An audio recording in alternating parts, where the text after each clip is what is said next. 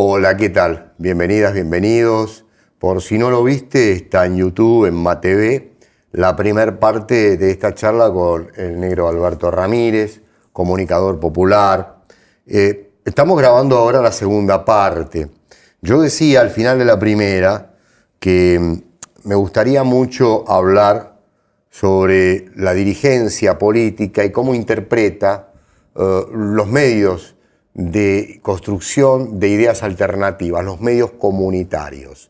Cuando digo la dirigencia política, estoy hablando de la dirigencia territorial, la dirigencia de las organizaciones, de las ONG, la dirigencia del político sindical, la dirigencia de las estructuras políticas partidarias. Digamos, ¿por qué razón hay una especie de llegar tarde a la construcción y a la articulación de lo comunitario, territorial, o los medios de mediana potencia o los de más alta potencia, que tienen que ver con los medios de construcción alternativas en la comunicación?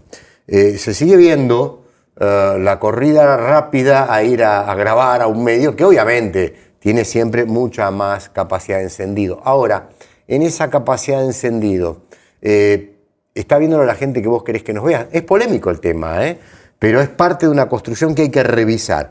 Pero también hablábamos de preguntarle al negro, justamente a Alberto Ramírez, qué pasa, de dónde viene, sus orígenes, el padre Cajade. Negro, bueno, seguimos charlando. ¿Cómo no? Dale. Empiezo por lo segundo, ¿no? ¿Cómo empieza tu relación con el padre Cajade?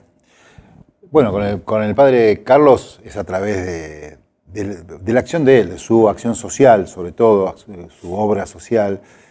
Bueno, nosotros fuimos a visitar, a conocer su obra en su momento. Estábamos en Radio Futura, estábamos en ese momento con una agrupación de la Juventud Peronista en aquel momento, que era la Felipe Vallese, y fuimos con un grupo de compañeros que hacíamos radio en Futura, lo fuimos a ver el hogar. Radio Futura, para que tengan ustedes idea, en La Plata es como decir Radio Nacional, es una radio emblemática de la FM, de las FM. Yo quiero muchísimo Radio Futura ahí. Así que bueno, estuvimos con un día, toda una tarde en el hogar con Carlos, ahí charlando, conociendo su obra, los pibes. Y ese fue como si fuera el primer encuentro que tuvimos con Cajade. Y a partir de ahí en adelante empezó a ser habitual, entrevistado del programa, participante de los debates que hacíamos, cuando armábamos un foro, un debate con él, con el padre Luis Farinello. También por ahí hacíamos de vez en cuando bautismos colectivos en algunos de los barrios donde trabajábamos. Me acuerdo en Alto San Lorenzo un día hicimos un bautismo como de 30 pibes. Después teníamos que andar viendo quién era el padrino de cada pibe, pues después los compañeros se olvidaban, ¿viste? Cada uno decía, sí, yo soy padrino, pues se olvidaban quién eran sus padrinos, sus ahijados. Y los nenes del barrio nos reclamaban por su padrino. ¿Qué te parece? Con todo derecho. Bueno, la cuestión es que en esos caminos que fuimos recorriendo, tanto con Carlitos como con Luis Farinello, a medida que iban pasando los años, hubo otros encuentros. La profundización de la lucha de los 90 nos llevó a trabajar junto con Carlos. Hicimos varios hechos políticos, con el CECIN, con los jubilados que estaban nucleados en ese momento en torno a Herminio Ballina. Con varios de esos compañeros íbamos haciendo hechos políticos, cortes, festivales solidarios. Hicimos un par de festivales con el CECIN y con el hogar de Carlos.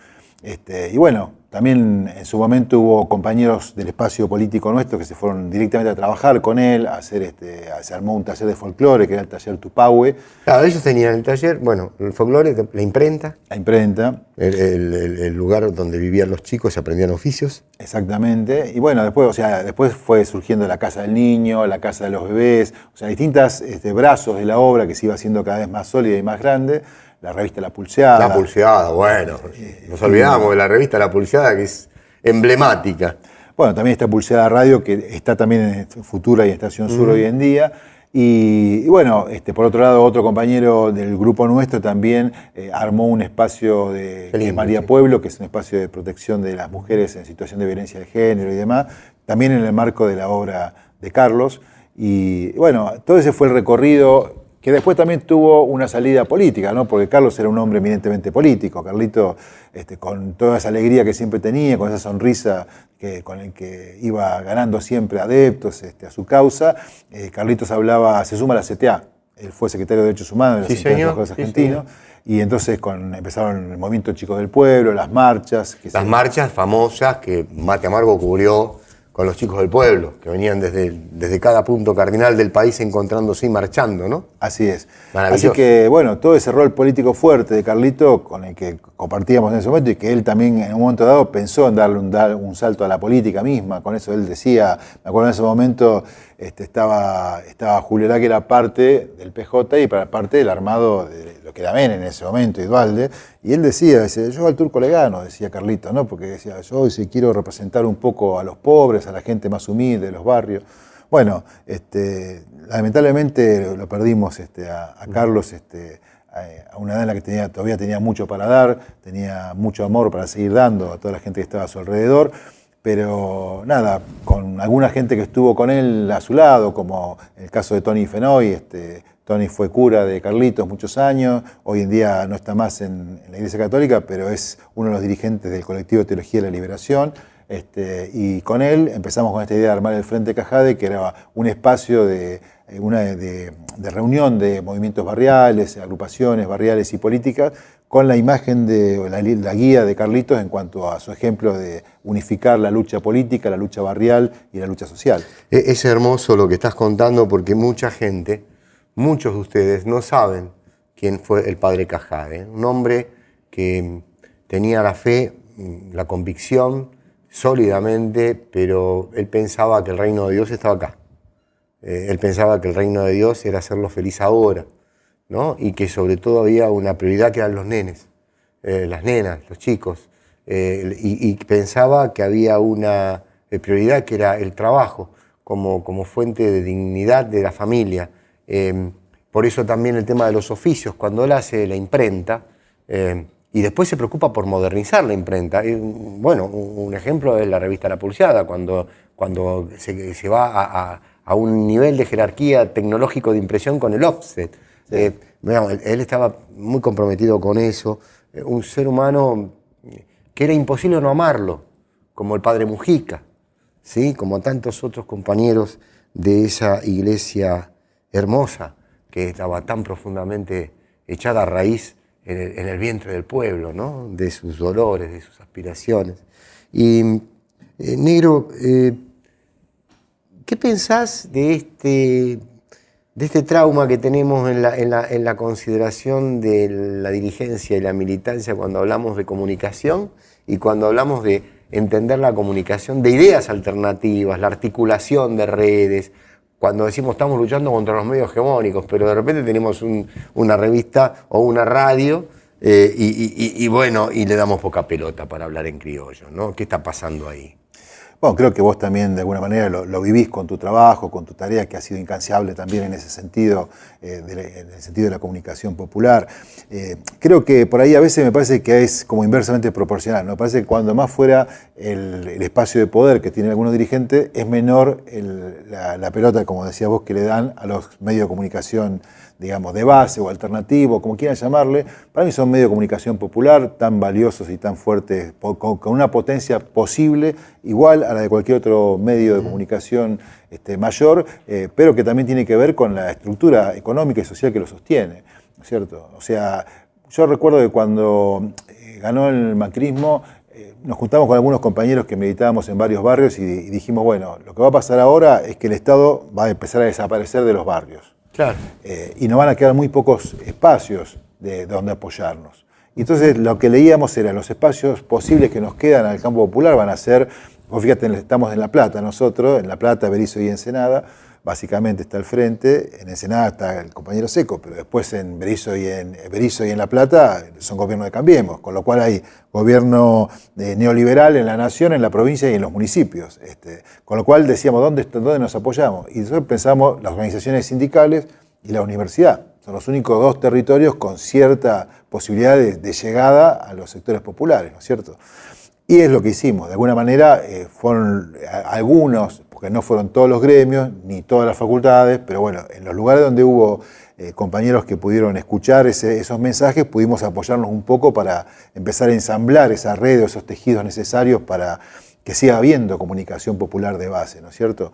Y respecto a los dirigentes de mayor talla, mayor entidad o mayor impacto, es cierto lo que vos decís, es muy cierto, pero como también creo que está creciendo por debajo un apoyo de toda la estructura militante de los sindicatos, de la dirigencia política misma, que sí ve en las radios populares, que sí ve en los periódicos regionales y en los canales de televisión comunitaria, sí los está viendo como punto de referencia.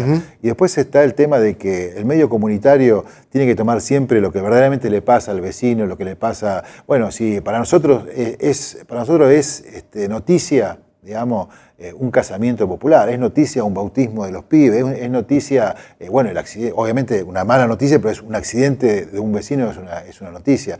El drama de la violencia institucional, si la policía reprimió en el barrio, o si hay un chico que fue víctima del gatillo fácil, bueno, esas son noticias para nosotros de peso, importante, y las familias lo ven, lo sienten como valorados, y a partir de eso se generan esas redes que a nosotros nos permiten volver a discutir la solidaridad, volver a discutir un proyecto de país, ¿no es cierto? Porque si no discutimos eso, no discutimos nada, ¿viste? Vos sabés, Negro Ramírez, Alberto Ramírez, que hay experiencias en Italia, por ejemplo, de una radio comunitaria, que hoy es una de las radios más importantes de Italia, con un altísimo nivel de producción, bancada por los oyentes, totalmente bancada por los oyentes. Mate Amargo, a lo largo de sus 30 años, ha trabajado, ha mejorado, ha corregido el sacrificio permanente de que sean los oyentes los que se suscriban o sean aportistas, con lo que puedan, con lo que quieran,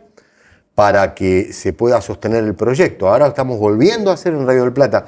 Digo esto porque hay que cambiar una mentalidad, hay que cambiar un enfoque cultural, y porque, sin lugar a dudas, con el uso de la tecnología, aquí lo decía hace poco uno de los expertos que tenemos en la tecnología, si sabemos manejarlo bien, vamos a poder establecer una buena comunicación de calidad, de intensidad, de identidad en nuestros lugares de permanencia, de pertenencia, y con el tiempo eso se va modificando, sobre todo pensando y analizando el nivel de crisis que hoy tiene los medios hegemónicos en el mundo, porque ese es el otro tema que hay que analizar, ¿no es cierto? Y no parecerse al medio hegemónico, no copiar al medio hegemónico, tener una estrategia y una ingeniería de producción propia en función de esa identidad propia, de esa necesidad propia, en el continente propio donde uno está instalado. Y todo esto está sujeto a debate. Se está yendo el tiempo, te dejo un minuto de reflexión y nos volvemos a encontrar a corto plazo. Una reflexión en base a toda la experiencia que vienen experimentando ustedes, Negro. La reflexión es que primero que vale la pena, que es posible y que no hay que dejarse vencer por ningún obstáculo. Recordaba recién que el canal de comunitario Naturaleza Viva, que es el canal que también por YouTube circula y que se armó desde el Club Corazones del Retiro, con un gran compañero que lamentablemente lo perdimos el año pasado por un problema de salud, que es el Chispa Tosonotti. Y el Chispa también, como gran militante barrial, titán de estar preocupado por cada problema de cada pibe de su barrio, pensó que la comunicación era importantísima e imprescindible para poder sostener el proyecto. Ahí se armó el canal comunitario Naturaleza Viva.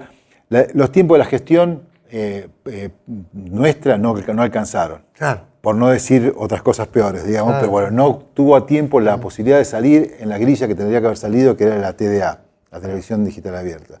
Terminó entonces tratando de salir por aire, como Canal 45, el canal de aire de Antena. También recibió presiones de Cablevisión, tuvieron que cerrarlo y terminó saliendo por YouTube. Pero nunca se dejaron vencer. Y hoy en día, en ese barrio, la Facultad de Periodismo está empezando a dar la carrera de periodismo en el barrio. Entonces, por ahí el mensaje, la reflexión es que la organización popular de base puede construir comunicación popular, debe hacerlo, es una obligación hacerlo y eso va a fortalecer la propia construcción del barrio. Alberto, gracias por venir, gracias por este especial. Yo insisto, hay que rever, mirar otra vez, escuchar, sacar conclusiones. Hay mucha riqueza detrás de él. Hay un colectivo y hay mucho remar, mucho andar, mucho sufrir, mucho luchar y mucha alegría que te da la lucha, que te da la unión, que te da la diversidad de estar juntos y tratando de cambiar de vuelta al mundo. Hasta mañana.